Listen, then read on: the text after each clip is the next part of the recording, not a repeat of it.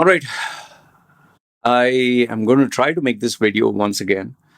I've tried making it quite a number of times over the weeks, many weeks and actually many months. And every time I made it, I was like, no, man, I can't say it, or it didn't come out properly, or I didn't actually feel it was the right time to share it.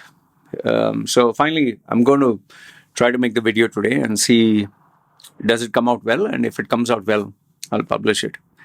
The theme of this video or the topic is why we should not give our relatives, close friends, second chances, especially the ones whom we have had. I don't know if the right word is a close relationship or they have known you very well for years. And the primary reason for this is familiarity breeds contempt. It is because they know you for years and years, they tend to take you for granted. Without giving specific details, I'll try to share this story. This actually happened. Huh? This actually happened. So, this relative of mine, I've known her for, you could say, from childhood, but we have not kept in touch like almost regularly. But we have had a lot of memories. But however, when you're a small child, everything is very innocent and everything is fine. But as you grow up, you tend to develop a personality. You have strong opinions. You tend to evolve and change. So my evolution has been very controversial. From being a playboy to breaking away from the house to breaking away from religion, which was the biggest shocker, to getting these tattoos. And I went through quite a lot of ups and downs, more downs than up. And the overall prediction was Machedo is going to be a loser. He's going to burn and destroy his life. Thankfully, I didn't burn and destroy my life. And I don't blame them, because the path I was headed was crazy. It was just about girls sleeping around, getting attention. So I don't blame them. They were right. Okay.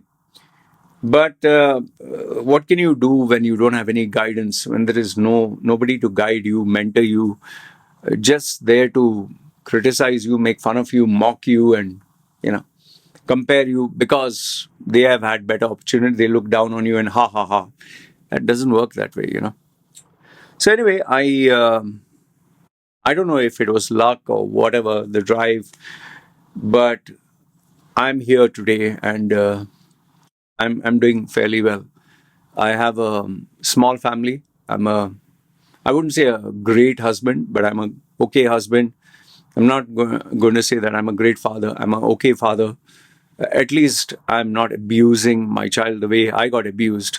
So I'm trying to do a few things right. Okay. And yes, I'm self sufficient. I have my own brand. So I have, you could say I've succeeded. I'm not saying that I'm super rich, super famous, nothing. Just the fact that I can earn money doing what I love to do, that itself is a great gift. And I have a good quality life where I can buy whatever I like, just enjoying life, like happy. My wife is happy, I'm happy, my baby is happy. So uh, now, because of my online fame, a little bit of it with my target market, because I'm known, um, and because there are people who view my videos or content, there's a little bit of fame that there is. Like, even if it's 100 people watch your videos, or 500 people, whatever, so at least there is an audience. So that is why people kind of admire me. Like, for example, one person who knew me, who's a journalist, he had seen my videos. He didn't think very highly of them, but he used to see my videos, and he didn't agree with my point of view, and he didn't like me very much. But one day he applied for a major newspaper, and he managed to get to the final interview. It was a senior level position, And as he was talking and all that, somehow my topic came up about when they were talking about uh, controversial videos or titles or attention. And my name was mentioned by the managing editor of a major newspaper. And he was completely shocked that the managing editor knows Loy Machedo. And he was like, oh, sir, I know him also. Oh, he was like, oh, you know him? No, in the sense, chatted with him a couple of times. And he gave a kind of pleasant this thing. The managing editor was not saying that I'm great or anything, but he was like, whether you like him or hate him, people notice him, people listen to him. So he was trying to give him an example of how he should be as a journalist. Okay. So then this guy, obviously got in touch with me and told me. So the point I'm saying is there are a few people who know me and some maybe at big positions. Okay. So the same thing happened with my relatives. Apparently, at a company party, it seems that my relative was working for this multinational company. The the guys at the top, they were just talking, and somehow my topic came up, and they didn't know that this was my relative, and they were like, "Oh, he's like this, he's like that." So she got like, "Wow, people talk about Loy Machedo." She didn't reveal that she was related to me, obviously, because I have many controversial videos.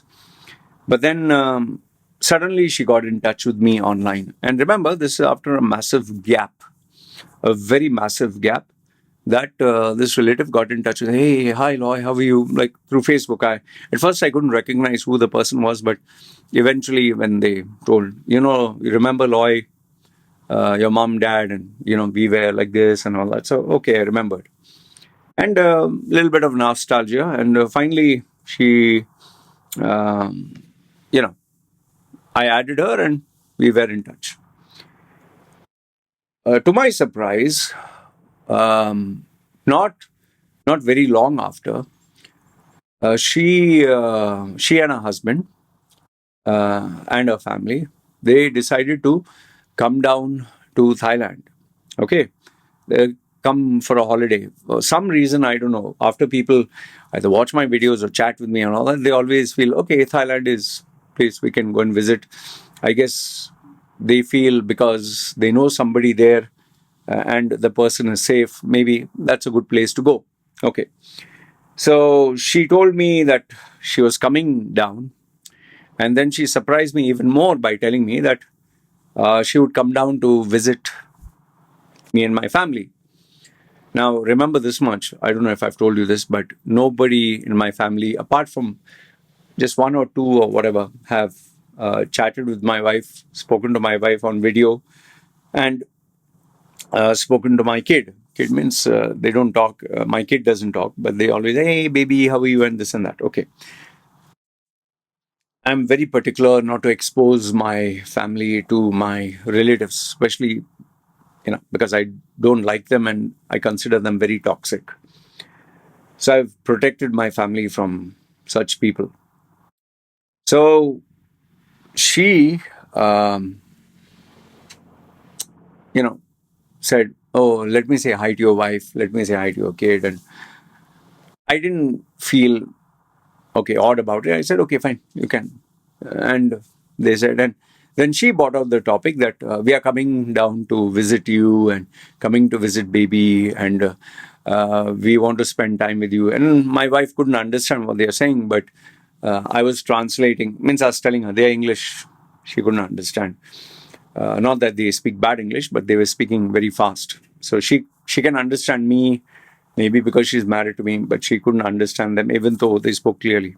So she was very excited. Okay, finally, somebody of from Loy's side, some family member is coming. So she was very happy. And so they had planned a particular date.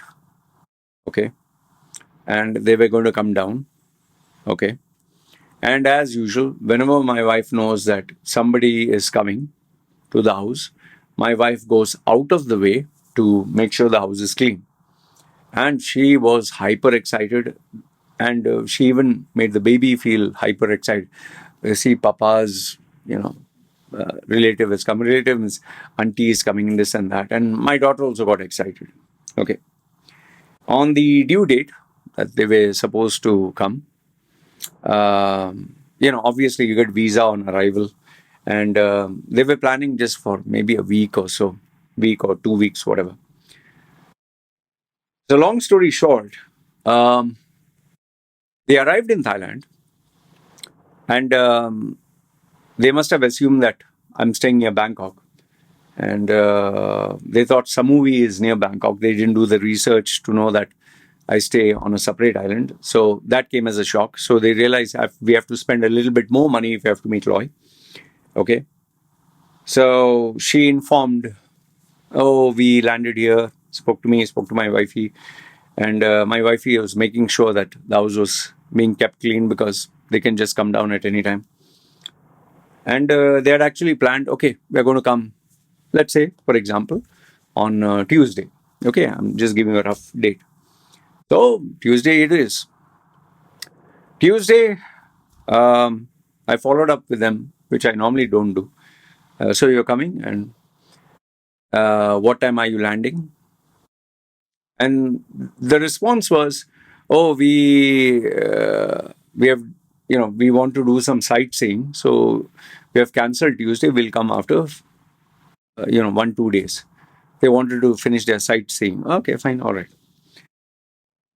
After 2-3 days, again, out of courtesy, I followed up.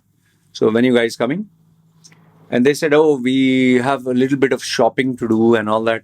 And once we finish that, we will come down. Okay, fine. Again, 1-2 days. Followed up again. And this time they said, yeah, we'll be coming down just maybe after a day, finishing all this stuff. Okay. But this time I was like, thinking to myself, are they going to cancel it again? Already once, twice, thrice. And for me, you cancel once, I lose my cool. I don't like it. That clearly shows you don't respect the person. And this relative of mine has done 3 times. I just excused it because, okay, relative and this and that. And then finally, remember, they came for 2 weeks and they are about to leave. And I think 2 or 3 days before they will leave, they told me, we will just come down very fast, meet you, meet the baby, meet everything, and go back. Okay. I was like, fine. Okay. And lo and behold, this time I didn't follow up. 3 days more, and they're going to leave Thailand and go back to their hometown, Dubai or wherever, Canada or Australia, wherever. I don't want to specify where my relative is. This time there was no news, nothing. And so think they are about to leave in 3 days. For example, they are supposed to leave by Friday. I didn't follow up, but I waited. And finally, Friday came. Friday went, became Saturday. So in my head, it was like, okay, I guess they have already left. I kept quiet. I didn't say a word. And remember, they didn't call me, nothing. Out of curiosity, the following week, I told you, they added me on Facebook. I checked their Facebook. And lo and behold, they were sharing their photographs of Thailand and shopping and all the outings. And they were nicely sharing, making an album, putting it on Instagram and all that. And, I kind of like asked myself, like, you informed me you're coming here, fine. You took all the advice, the tips, all that, fine. You offered to come down to my house. You made 3 or 4 appointments. You didn't honor them. And finally, you didn't even inform me and you went back. Now you're posting all this. I was kind of irritated. And I guess, when you log into Facebook, they can see, when you're online. Facebook has that dumbass feature that when you're online, it shows, I don't know, green light or something. So I guess she saw that, and maybe she felt guilty or something. She said, "Hey, hi, Loy, how are you?" And I'm like, "Yeah, hi." Sorry, Loy, we got so busy at the last day, and we wanted to tell you that we wouldn't be able to make it, and finally we just left, and oh, it happened so fast. I really wanted to message you, but I forgot. Loy, it was so terrible. You won't believe how upset my husband was. You don't believe how upset my mother was, my relatives were. We were dying to meet you. I just kept quiet. I didn't say anything. I said, okay, whatever, fine, I understand. But Loy, we are definitely, we have to come and meet you. We love baby, we love this, blah blah. Went on. Okay. um I kept quiet. I didn't say a word, because sometimes when you don't know how to react, you just leave it at that. And I don't like to react impulsively. After I think a few more days, I just kept quiet, and uh, then I thought to myself, and I decided it was time to delete this relative permanently. Okay. And without informing the relative, whatever, deleted the relative off Facebook and all that, and finish. That was it. I guess the relative maybe checked my Facebook after a couple of days, or I think a couple of days after that, yeah, maybe 10 days or something. And they sent me a message. Hey, Loy, oh, what happened? You're no longer friends. Are you upset? Oh, I'm so sorry. You felt bad that we didn't meet you, and this and that. And I didn't respond. I didn't say anything. Okay. Uh, Loy, it's just a misunderstanding. If you want, we will come down. I'm serious. We will actually come down, and we'll come and meet you. And don't take it the wrong way. You misunderstood, and blah, blah, blah. Went on, went on, went on. I didn't bother. And then they tried calling me. WhatsApp, you can call. I didn't pick up. Okay. And finally, after trying, it was becoming irritating for me. I just blocked. Okay. So, what am I trying to tell you through all this? Now, it's not that I'm hurt. Let me make one thing clear. I'm not hurt because I don't have that emotional connection or that relationship which was nurtured. However, I did feel extremely disrespected. And disrespected for the simple fact that, if, let's say, for example, you make an appointment with the CEO of a company, or let's say a minister or someone very influential, very powerful. I can write and give you, like this, I'll write in blood and give you. They'll never miss that appointment. Let's say the Prime Minister of India, you have an appointment. You're not going to miss it for anything in the world. Or let's say you have a CNN, BBC World is going to interview. You'll never miss that. Let's say you have to meet the CEO of your company and get a promotion. You'll never miss that. But things which are not important, you'll make excuses. And for me, the mistake I made, I'm taking responsibility for this, is I broke my own rules. I bend my own rules, which was you don't give people second chances.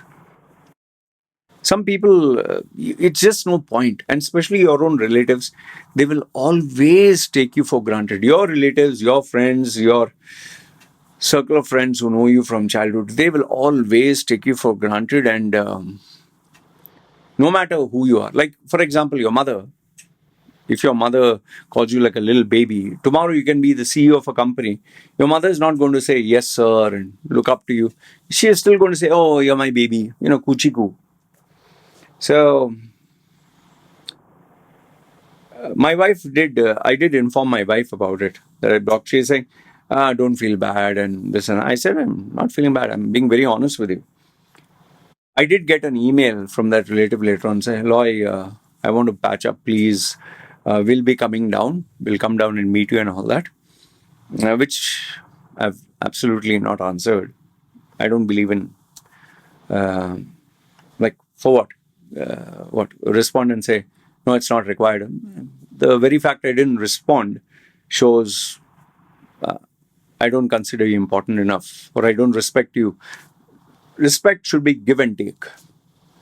So my wife was saying, no, if in case they suddenly come down here and give you a call, I said, if they come down suddenly without my permission and consent, I will not allow them to come. Even if they're standing outside, no, I'm sorry. Out. It's once again, I'm telling you, it's not that I am hurt. If it happens with, let's say, my daughter or my wife, someone I love, there are feelings. If there's someone you meet after a long time, it's not hurt. It is a logical decision to respect yourself and not be disrespected. If someone doesn't respect you, you don't put them on a pedestal. So for me, respect is mutual. So, in the end, what happened was I decided not to keep in touch with this relative. And the very fact that I didn't respond to the messages, to the emails, to the phone calls, they eventually quit, give up. My wife did mention that, oh, if they come down, just meet up with them. I said, not required. So, what is the message I'm trying to give you through this story? The message is simply this. If your family members, people that who once knew you from childhood, your relatives, your friends, whomsoever, if they didn't respect you back then, if they took you for granted, if they treated you like shit, chances are they are going to continue doing so. It's in your DNA. If you are a decent person, you'll always treat people with decency. If you are an asshole, for lack of a better word, you'll always be an asshole. For these relatives of mine, many of them, they just have this bad habit of using people for their convenience, not sticking to their word, being two-faced, which I don't like, I don't respect, and they're very toxic. And I assumed that after they got in touch with me after all these years, maybe they have changed. I let my guard down, which was my mistake, and they were extending this olive branch to, meet my daughter and meet my wife and consider like family. But I was mistaken. And see, I'll give one final logical statement. Just as they posted all these Instagram photographs and this Facebook posts, what will they do? They'll come down here, take a photograph with me. Hey, Loy, this guy is a YouTuber, he's famous, whatever. I know how they will do it. And they will take namesake with my wife and kid and show it, oh, this is the relative over there. But that's all it will be. It'll be one photograph, one memory. They will never again meet my relatives, meet my wife and kid. And if something happens to me, if I die or something, I don't think they're going to look after my wife and kid. I don't think they're going to be there as family. So why the fuck do I want? If there is no future in this relationship, why do I want to invest time, effort, and money? You're just going to stand there, take a photograph. So cute and all that.